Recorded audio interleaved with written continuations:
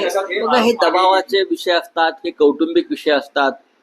याच्यामध्ये आमच्यासारख्या नेत्यांनी पडू नये, कारण त्यासाठी महिला आयोग आहे, महिला आघाड्या आहेत, त्यांनी त्याच्याविषयी बोललं पाहिजे. मी स्वतः कधी कोणाच्या व्यक्तिगत आणि कौटुंबिक विषयावर शक्यतो बोलत नाही, ते बोलू नये.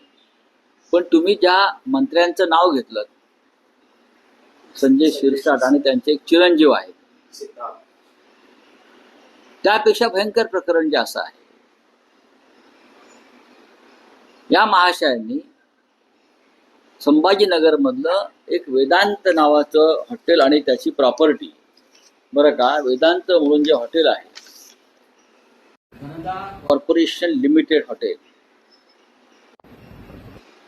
अत्यल्प मूल्यावर त्यांनी ते आपल्याकडे ती संपूर्ण प्रॉपर्टी प्राईम लोकेशनला आपल्या ताब्यात घेतली आणि जणू ती संपूर्ण प्रॉपर्टी हे जे कोणी महाशय सिद्धांत शिरसाट आहे त्यांनाच मिळावी, यासाठी सरकारनं लिलाव प्रक्रिया राबवली गेली.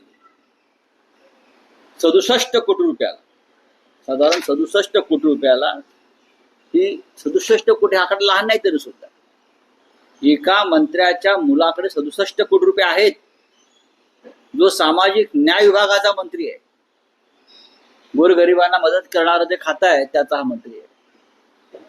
67 कोटी रुपयाला वेदांत हॉटेलची प्रॉपर्टी या महाशयांनी विकत घेतली. मेसर सिद्धांत साहित्य खरेदी पुरवठा असे त्या कंपनीचं नाव आहे.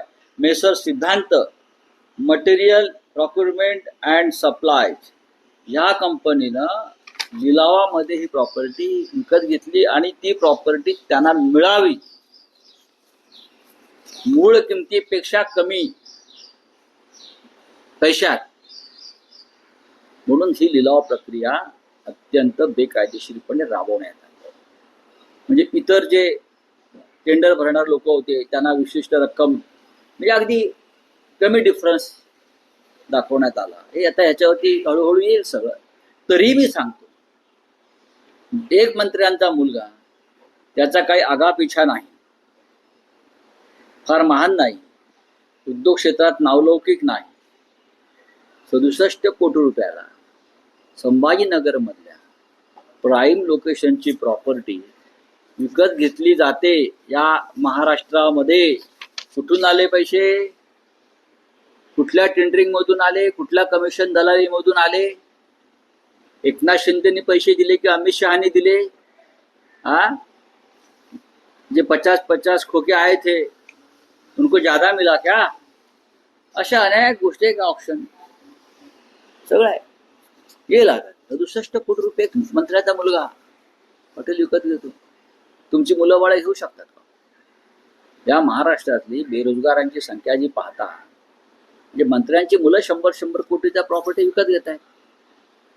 प्रश्न असा आहे की हे पैसे आले कुठून? अचानक कुठून? जमिनीतून झाडं उगवली यांच्या संभाजीनगरला.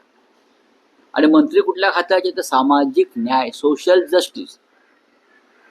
आमचा मुलगा 67 कोटीला एक हॉटेल विकत घेऊ शकतो, हा या राज्यातला सोशल जस्टिस आहे. नाही रावसाहेब, आपल्याकडे या व्यवहाराबद्दल काही माहिती आहे का की या व्यवहाराची एक रकमी पैसे अदा केले गेले आहेत की याचे हप्त्याने पैसे या संदर्भातली पार्टनरशिप मध्ये तुम्ही म्हणजे अशी काही 67 कोटी रक्कम ही लहान आहे की मोठी आहे? कोर्स मोठी आहे, मोठी रक्कम आहे. प्रॉपर्टीची मूळ किंमत त्यापेक्षा अनेक पट जास्त आहे. ती प्रॉपर्टी आहे त्याची किंमत खूप जास्त आहे.